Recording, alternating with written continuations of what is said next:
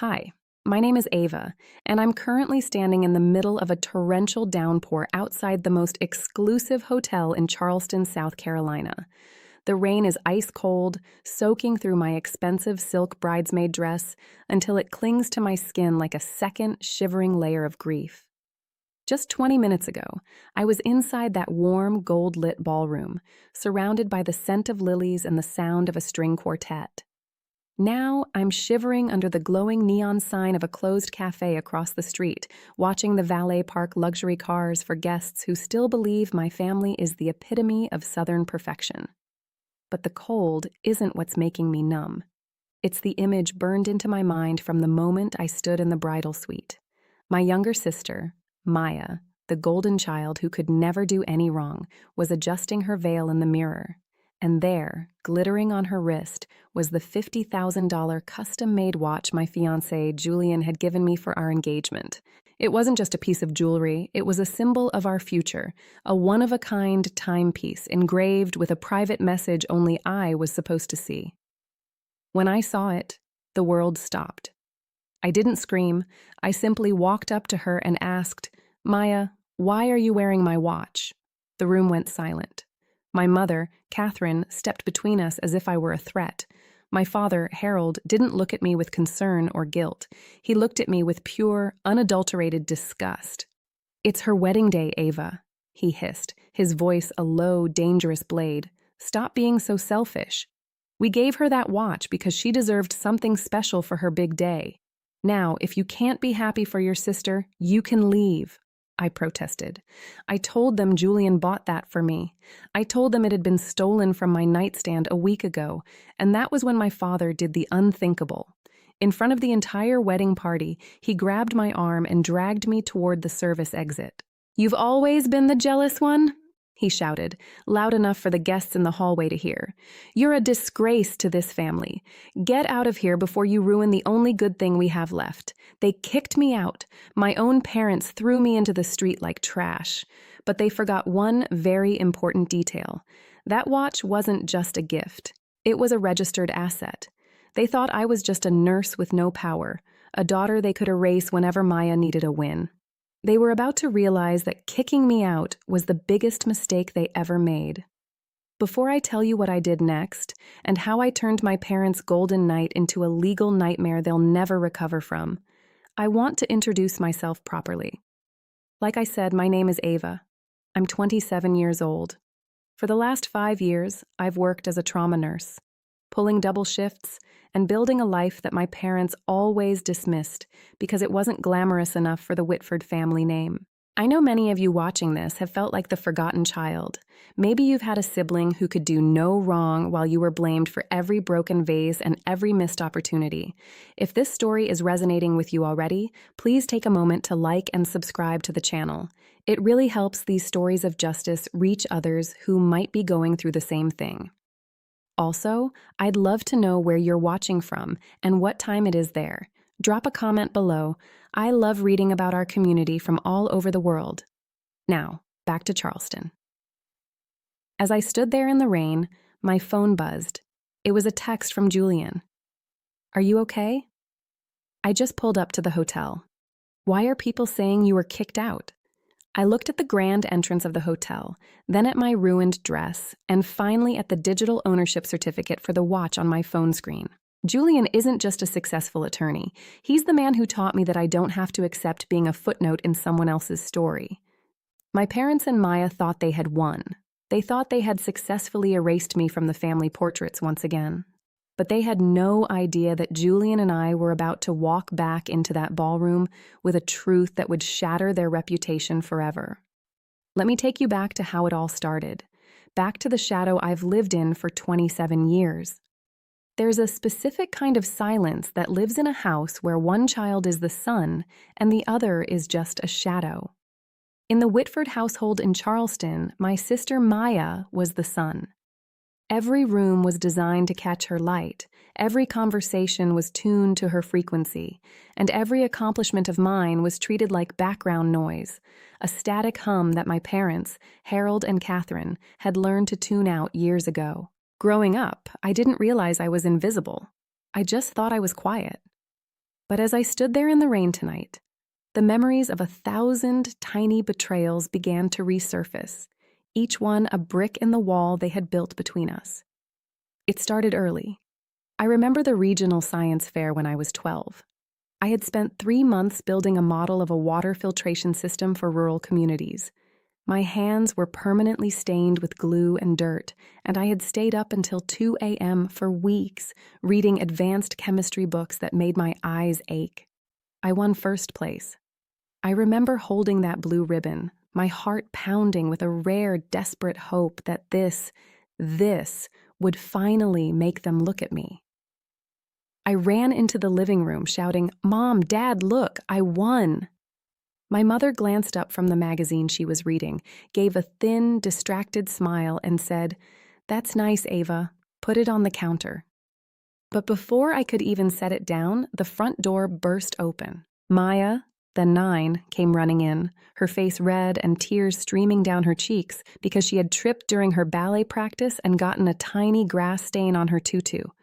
The atmosphere in the room shifted instantly. My father dropped his newspaper, and my mother was on her feet in a second, clutching Maya as if she had just survived a natural disaster. "Oh, my poor baby." "It's okay. We'll buy you a new one." "Harold, call the instructor. Tell them Maya is too traumatized to go back this week." They spent the next hour coddling her, promising her a trip to the toy store to heal her spirit. My blue ribbon sat on the kitchen counter next to a half-eaten sandwich until the maid threw it away the next morning. That was the pattern.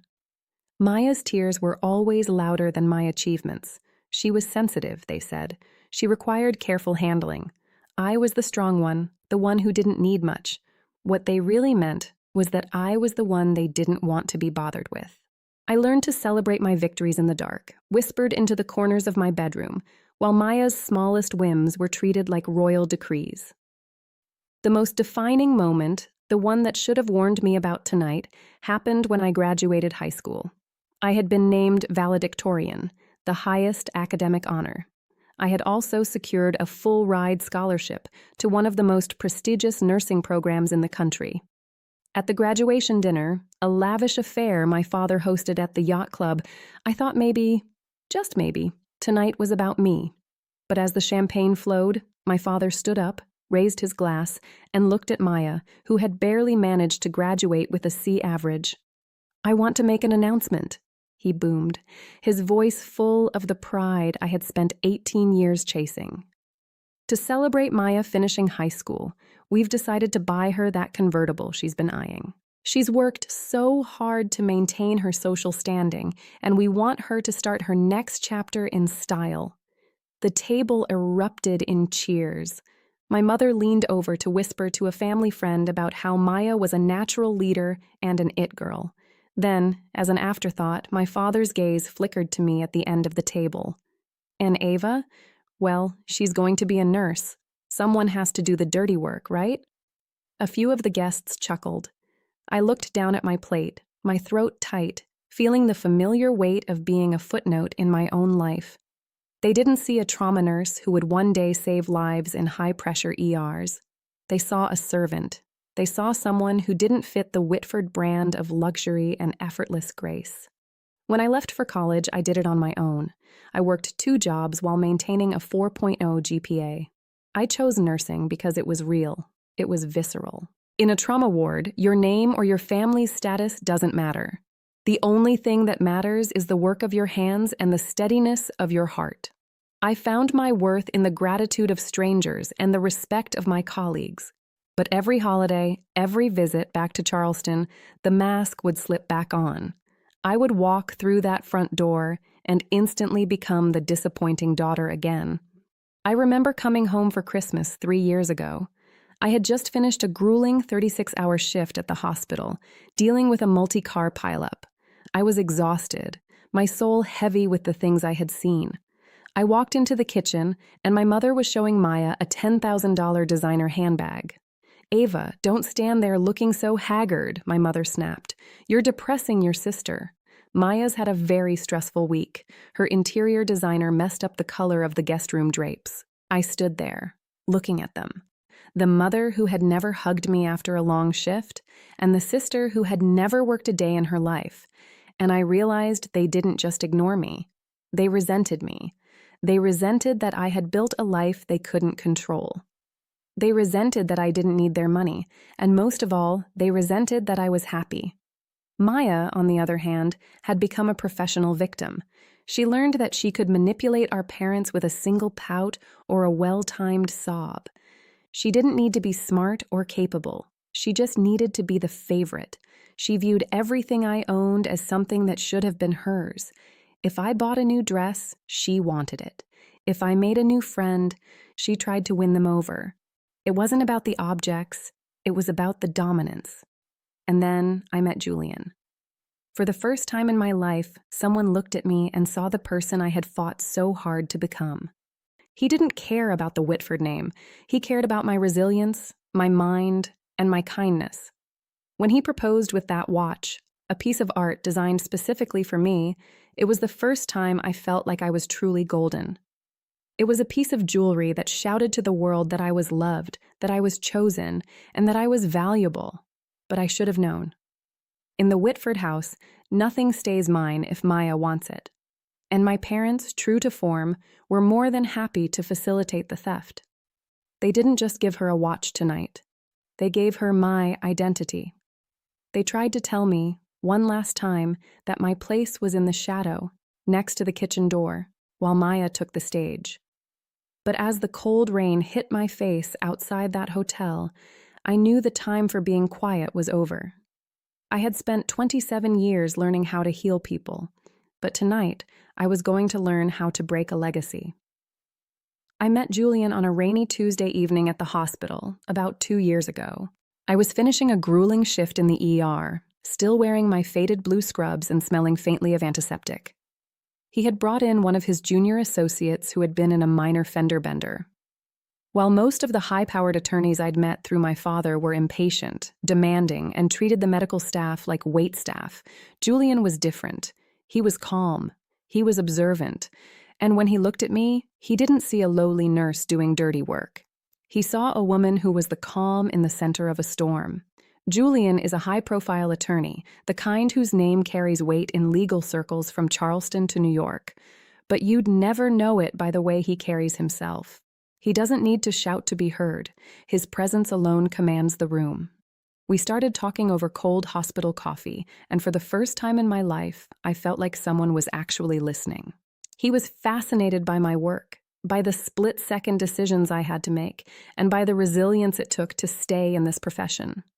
He became my sanctuary, the one person who valued my mind and my heart over my pedigree.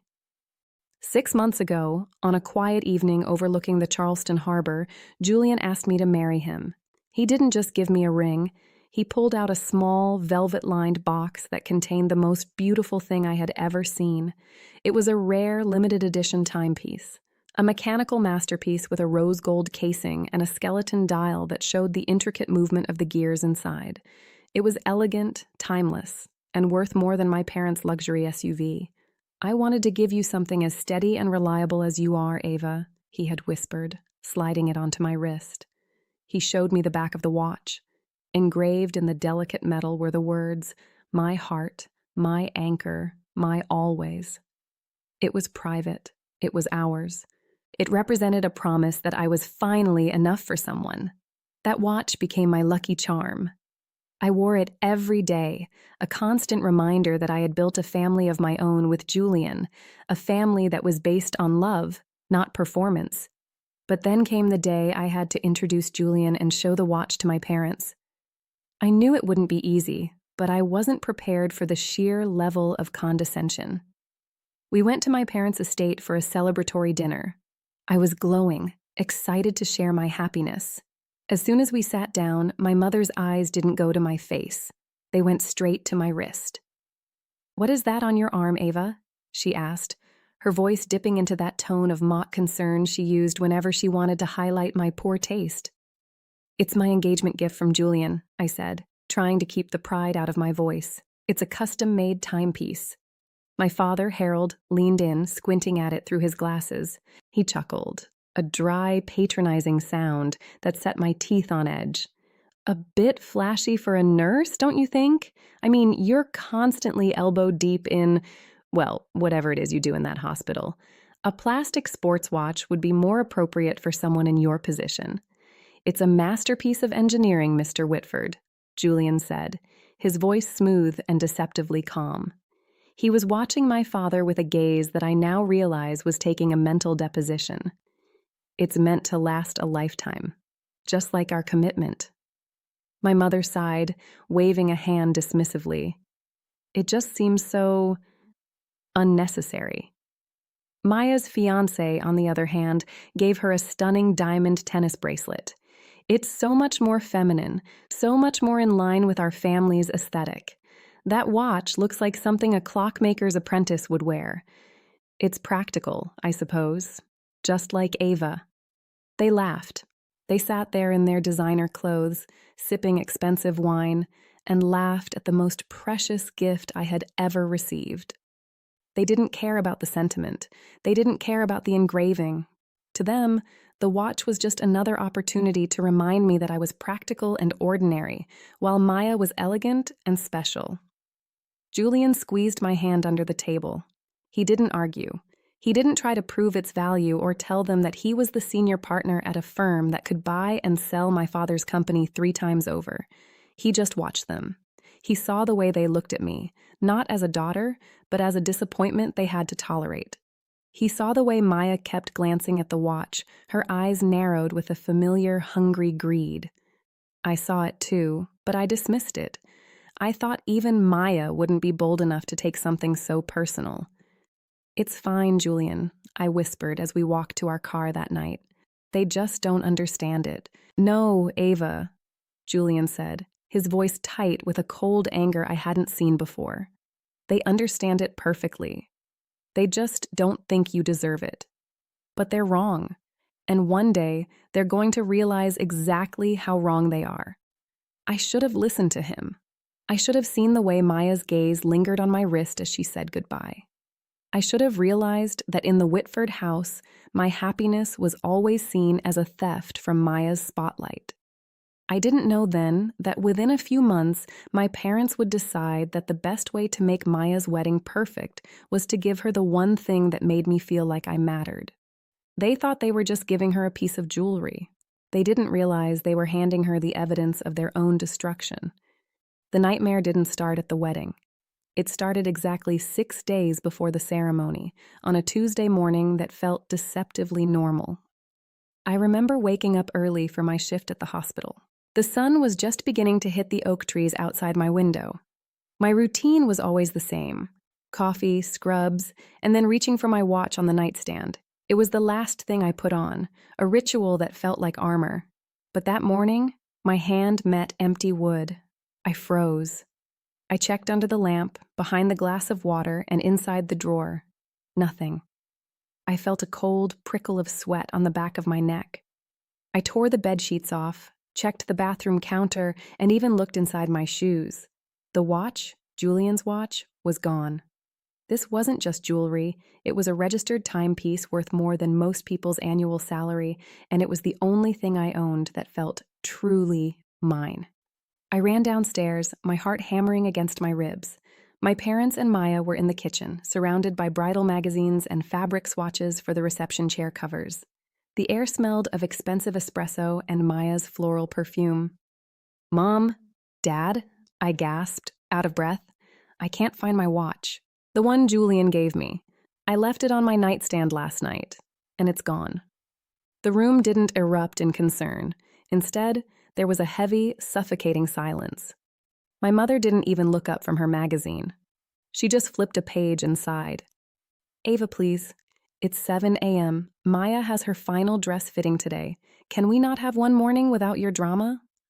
"Drama? Mom, my engagement gift is missing. I've looked everywhere. Did anyone go into my room? Did the cleaning crew come early?"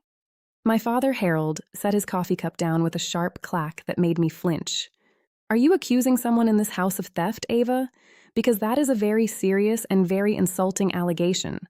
"I'm not accusing anyone, Dad. I'm saying it's missing. It's a $50,000 watch. We need to call the police or at least check the security cameras. Maya finally spoke.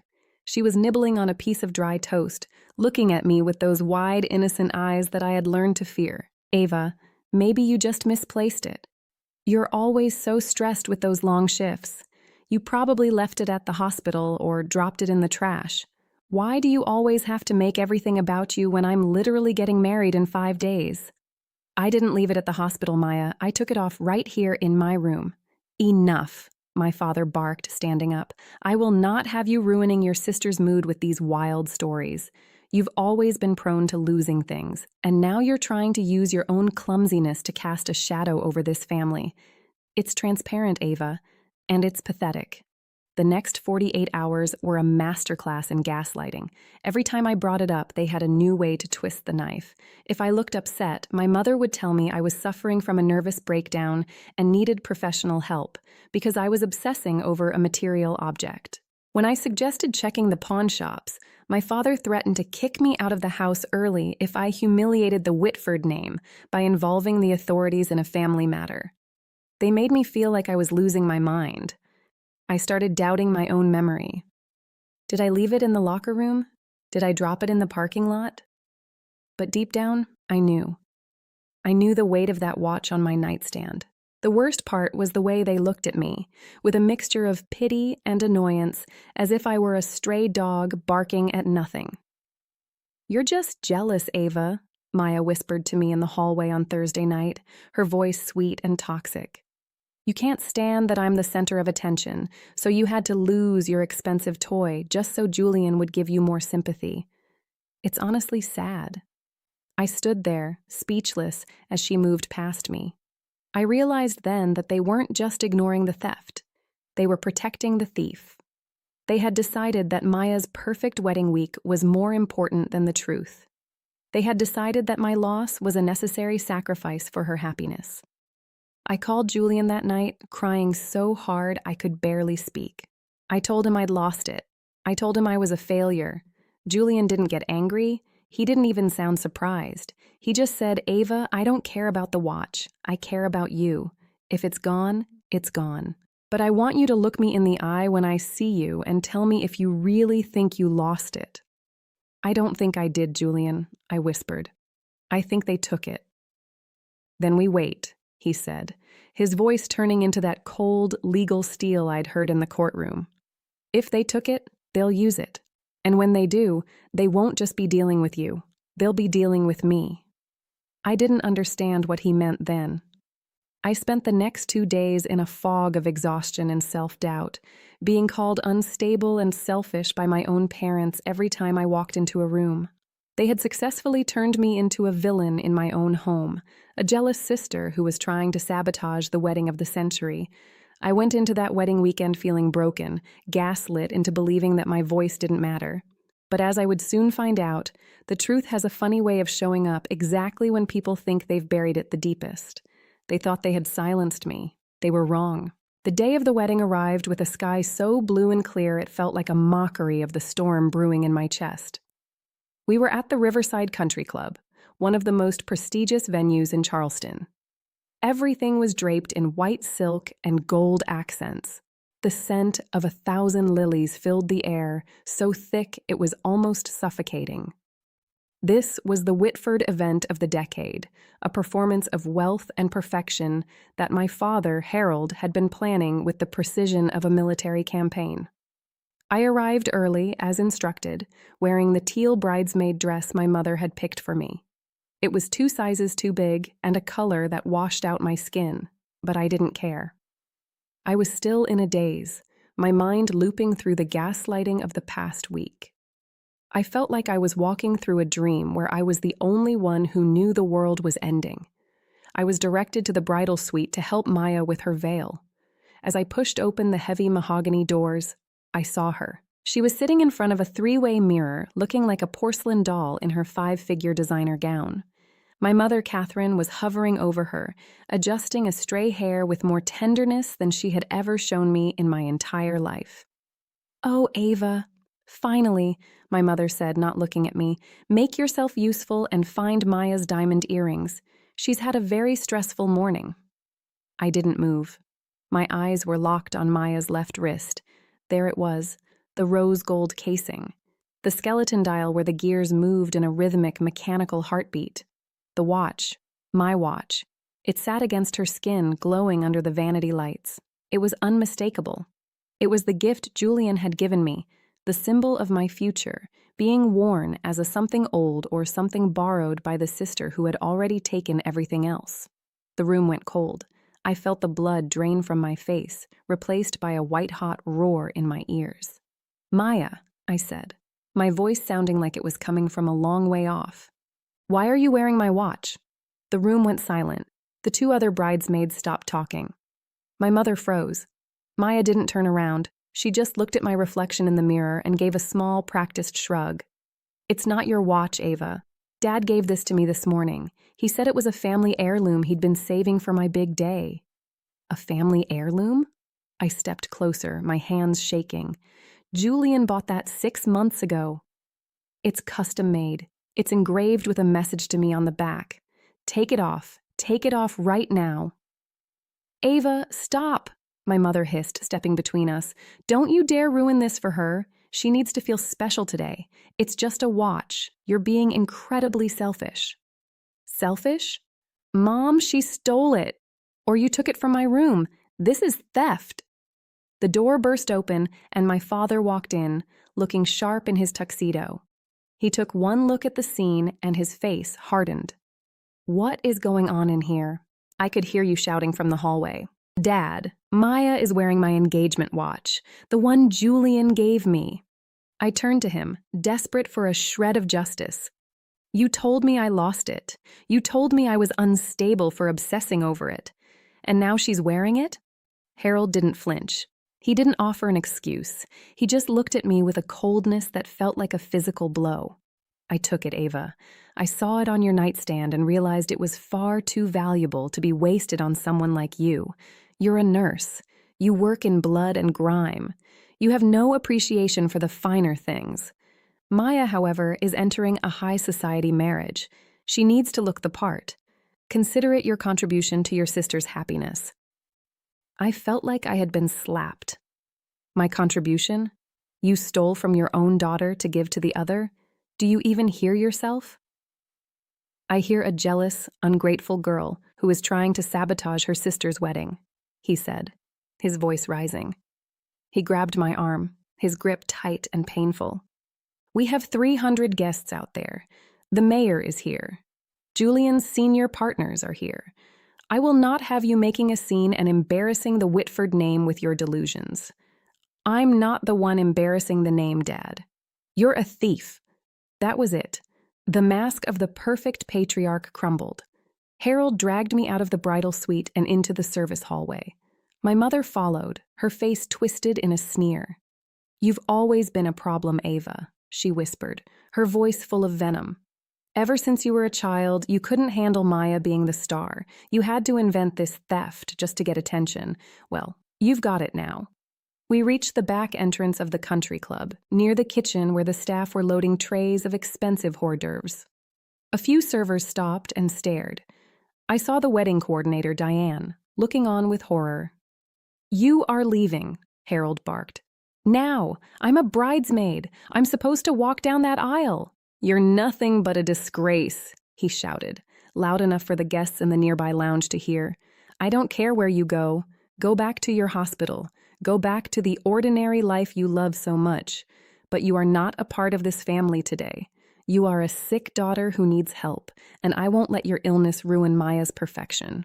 He signaled to two of the club's security guards. "Escort her out. If she tries to come back in, call the police. Dad, please, Julian is in there. He's going to find out. Julian will understand that his fiancée has had a mental breakdown," my mother added, her voice cold and final. "We'll tell him you're in a safe place. Now get out before we make this even more public." The security guards, looking uncomfortable but following orders, took my arms. I was led through the service door, past the trash bins and the delivery trucks, and out into the parking lot. The sky had turned gray, and the first drops of rain were beginning to fall. I stood there in my teal dress, shivering as the rain started to pour. Behind the glass walls of the ballroom, I could see the guests laughing, sipping champagne, and celebrating a union built on a foundation of lies and theft. I saw my father walk back into the light, smoothing his tuxedo and putting on his mogul smile, ready to receive the praise of the city. They had done it. They had successfully erased me. They had stolen my most precious possession, insulted my profession, and thrown me out like a piece of unwanted equipment. They thought they had won. They thought that by labeling me unstable and sick, they had silenced me forever. But as I stood in the rain, my phone buzzed in my pocket. It was a notification from the security app on my laptop at home. I had set up a small hidden camera in my room months ago after I suspected Maya was snooping through my things. I had forgotten about it in the chaos of the last week. I pulled it up, my fingers shaking from the cold. There it was. Footage from last Tuesday. My father, Harold, walking into my room, looking around and picking up the watch from my nightstand. He didn't look guilty. He looked satisfied. He tucked it into his pocket and walked out. I looked at the footage, then at the glowing lights of the country club. My sadness was gone, replaced by a cold, surgical clarity. I wasn't just a lowly nurse. I was a woman who knew exactly how to handle an emergency. And my family had just created a code red they would never recover from. I didn't call a cab. I didn't cry. I called Julian's private line. "Julian," I said when he picked up, my voice as steady as a surgeon's hand. They did it. They wore the watch. And then they threw me out. "Where are you?" His voice was like ice, in the parking lot, in the rain. "Stay there, Ava," he said. "I'm coming out. And then, we're going to show them exactly what happens when you treat a Whitford like a marshal." The rain was still hammering down on the roof of Julian's black sedan as I sat in the passenger seat, shivering. Julian had stripped off his blazer and wrapped it around my shoulders. He didn't ask me to calm down. He didn't tell me to forgive them. He just sat there, his hands gripping the steering wheel so hard his knuckles were white, staring at the glowing entrance of the Riverside Country Club. "They really did it, Ava," he said, his voice a low, vibrating growl. "They actually thought they could treat you like a footnote in your own life, and I'd just sit at table 2 and applaud. They told everyone I was unstable, Julian," I whispered, clutching his blazer. "They said I was a sick daughter who needed professional help. They're using my grief over the watch as proof that I've lost my mind."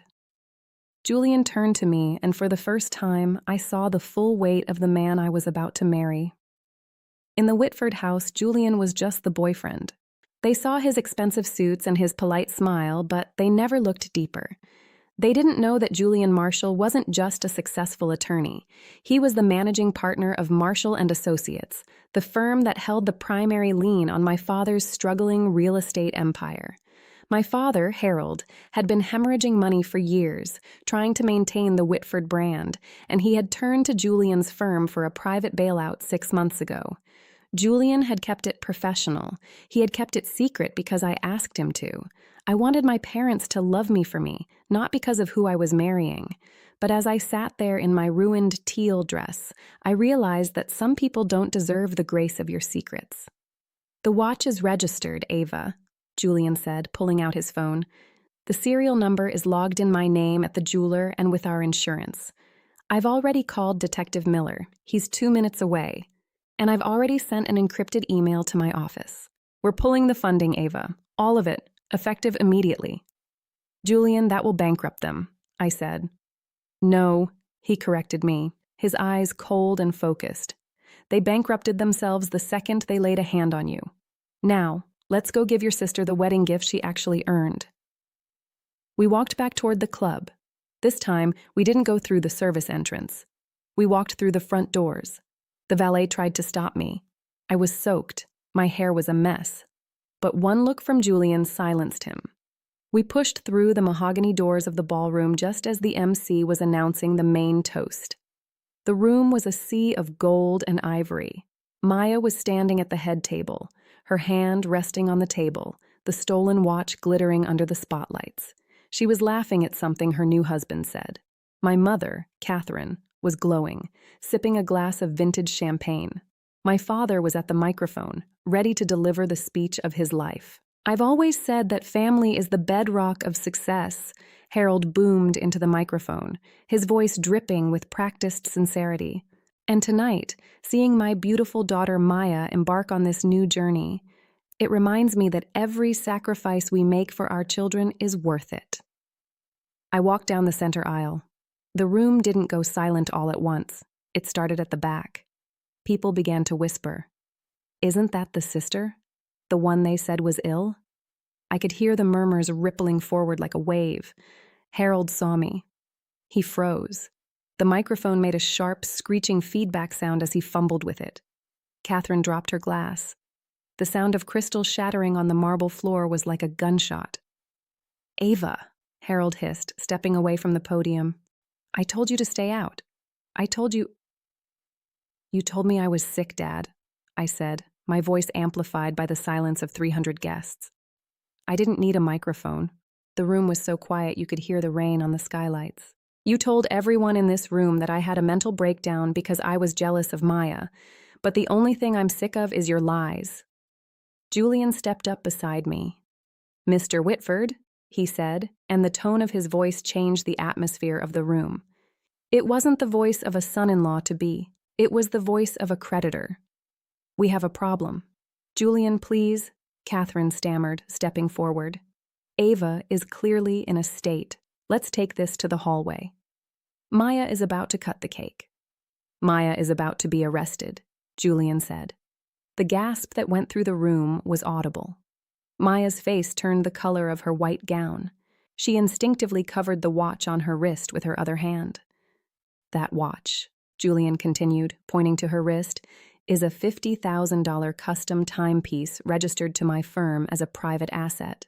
It was reported stolen from Ava's room 6 days ago. We have the serial number, the digital ownership certificate, and," he paused, looking at my father, "we have the security footage of Harold Whitford entering Ava's room on Tuesday morning and taking it." Harold's face went from gray to a sickly, mottled purple. That's a lie. I was moving it for safekeeping. Ava is unstable. She would have lost it. Safekeeping? I stepped closer to the head table. "Is that why you gave it to Maya as a family heirloom? Is that why you told me I was delusional when I asked for it back? You didn't just steal a watch, Dad. You tried to steal my sanity. You used my career, my profession as a nurse, as an insult, saying I wasn't polished enough for the finer things. But look at this room. Look at all these important people you've spent your life trying to impress." I turned to the guests. My parents paid for this dinner with $12,000 of my own savings that they managed for me. Every plate of salmon you're eating, every glass of wine you're drinking, it was bought with the blood, sweat, and tears of a lowly trauma nurse. And they rewarded me by throwing me into the rain so my sister could wear my engagement gift. Just then, the ballroom doors opened again.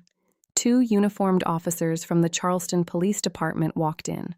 One of them was Detective Miller, a man I'd seen in the ER a dozen times. "Detective," Julian said, stepping toward them, "the stolen property is on the bride's wrist. The suspect who took it from the residence is the man at the podium." The room erupted. Maya started screaming, a high-pitched, shrill sound that had none of her usual Golden Girl grace. "It's not my fault. Dad gave it to me. He said it was mine." "Maya, shut up," Catherine hissed, but it was too late. The confession was out. The officers approached the head table.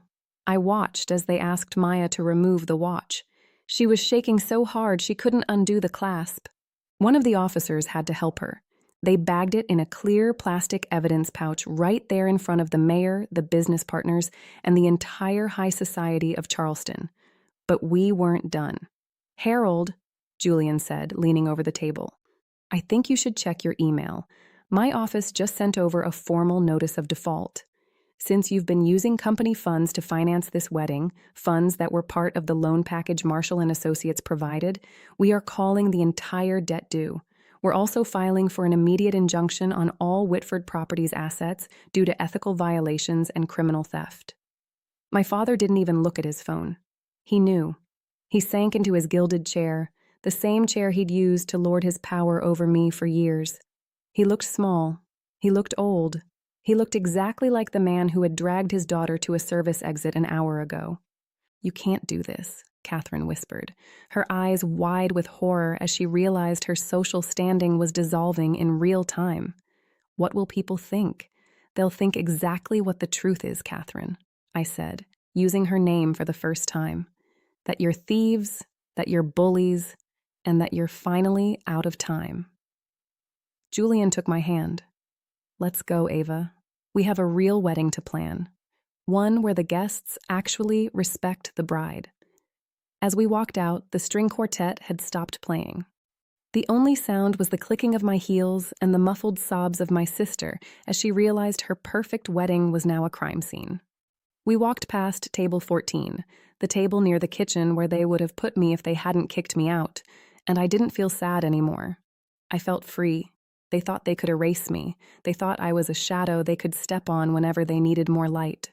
But as the police began taking statements and the guests started making for the exits, I realized that the Whitford legacy wasn't built on gold. It was built on glass. And tonight, it had finally shattered. The aftermath was swift and uncompromising. My father's business, which he had long treated as a weapon of control, folded within months once Julian's firm withdrew its support and called in the debts. They were forced to sell the family estate to cover the legal penalties for the theft and forgery. Maya's high society marriage lasted less than a year. Her husband's family couldn't distance themselves fast enough from the scandal of a bride caught in a criminal act on her wedding day. I've finally found peace. Julian and I had a private ceremony on a beach in Maui. No assigned seating, no stolen gifts, and no shadows to hide in. I've learned that while you can't choose your biology, you must choose your family. My parents still send emails, but I've set firm boundaries. I'm the one who controls the door now. To anyone sitting at their own version of Table 14, remember, your worth is not determined by those who failed to see it. You are exactly enough. If this story resonated with you, please like, subscribe, and check out the other videos in the description. Thank you for listening. I'll see you in the next story.